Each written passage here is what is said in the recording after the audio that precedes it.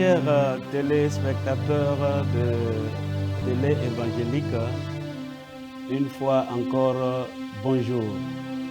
Que Dieu vous bénisse ce matin. Nous sommes encore sur notre émission Méditation. Prions le Seigneur.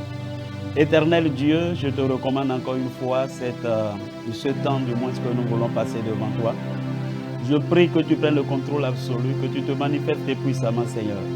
Tous, Seigneur, ceux qui suivent maintenant, Seigneur, cette émission, nous prions pour Éternel, chacun d'eux, que ta grâce se manifeste dans leur vie et que ton nom soit glorifié, Père. Au nom de Jésus, nous avons prié. Amen.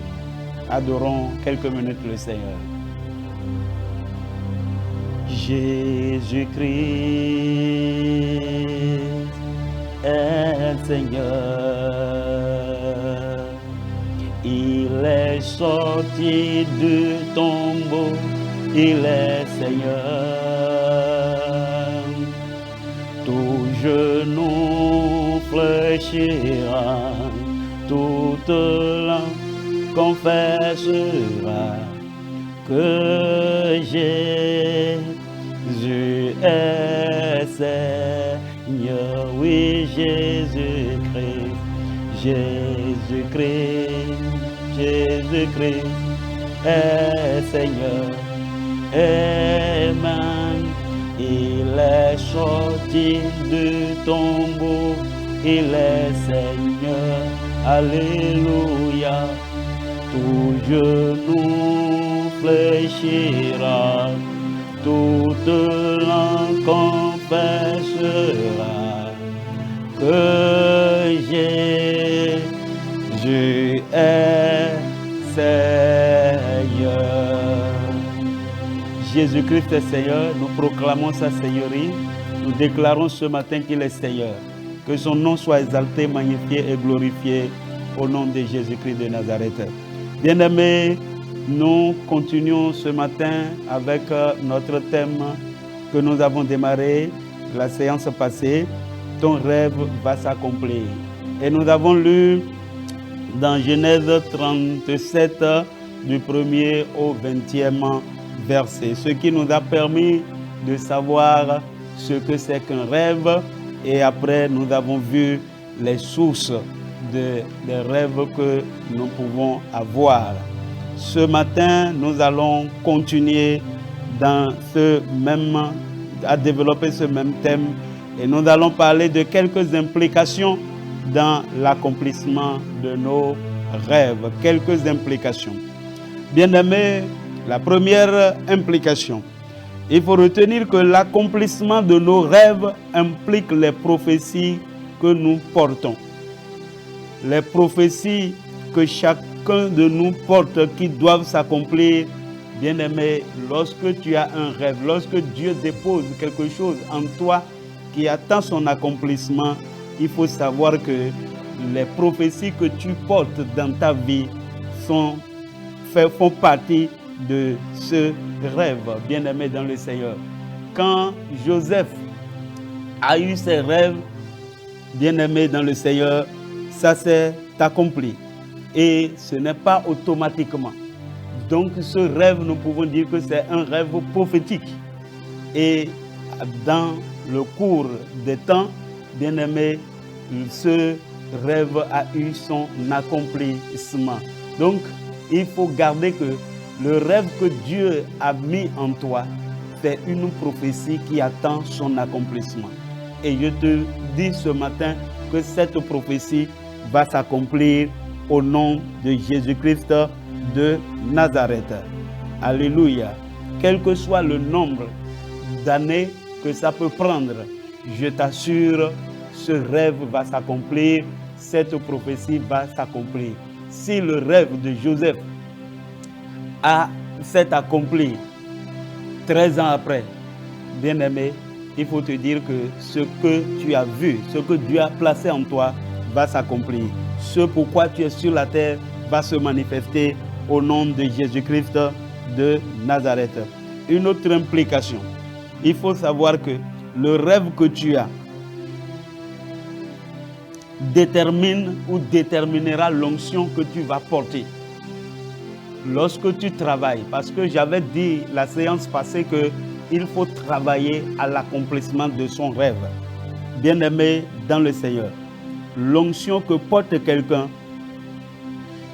qui porte le rêve qui va se manifester dans sa vie est inclus dans le rêve qu'il a.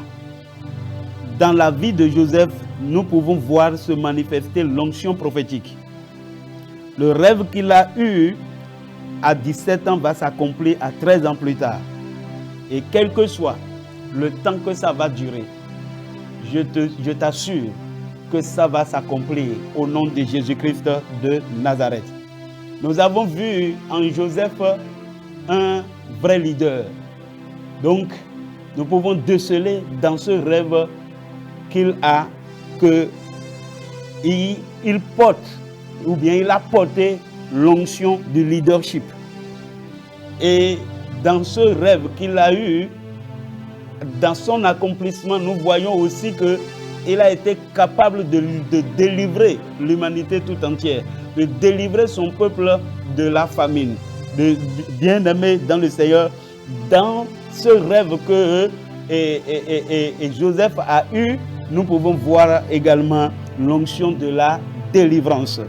La nature de rêve que porte quelqu'un peut déterminer ou influencer l'onction qui va se manifester dans la vie de cette personne. Nous pouvons voir, comme je suis en train de le dire, l'onction du leadership, l'onction de la délivrance et de gestionnaire, alléluia, dans la vie de ce jeune homme, et ça s'est manifesté. Bien-aimé, le rêve que tu portes déterminera également l'onction qui va se manifester dans ta vie. Troisième implication, le rêve que porte quelqu'un peut déterminer la grâce qui va se manifester dans la vie du porteur de rêve. Dans la vie du porteur de rêve. Alléluia. Nous voyons dans la vie de Esther qu'elle a reçu la grâce suffisante pour devenir reine.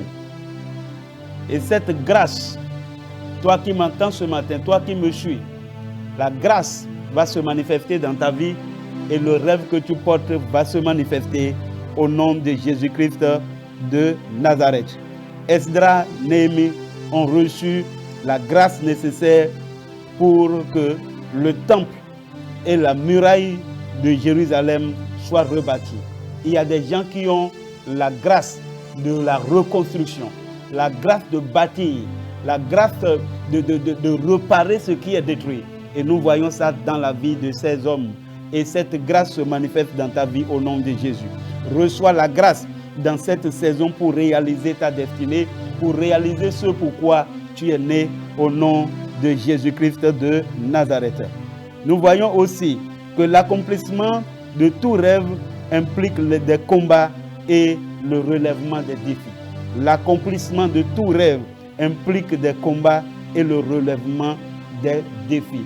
Le rêve que tu as reçu, bien-aimé, pour que cela se réalise, lorsque tu seras déterminé à travailler pour son accomplissement, il faut te dire que tu auras des combats, tu auras des défis à relever. Les frères de Joseph pouvaient dire, tuons-le et voyons ce que va devenir ses rêves.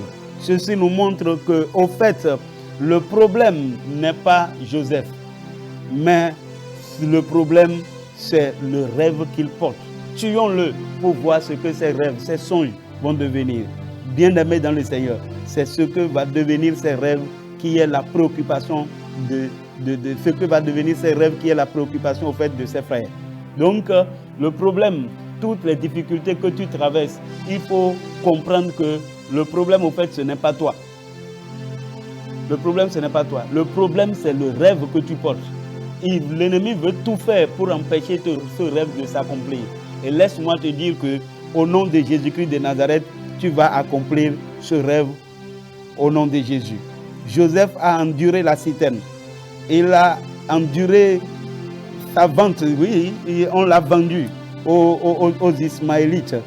Il a enduré la prison, des fausses accusations de la part de la femme de Potiphar, non pas à cause de sa personne, mais à cause du rêve qu'il porte, qui doit se réaliser pour changer son histoire.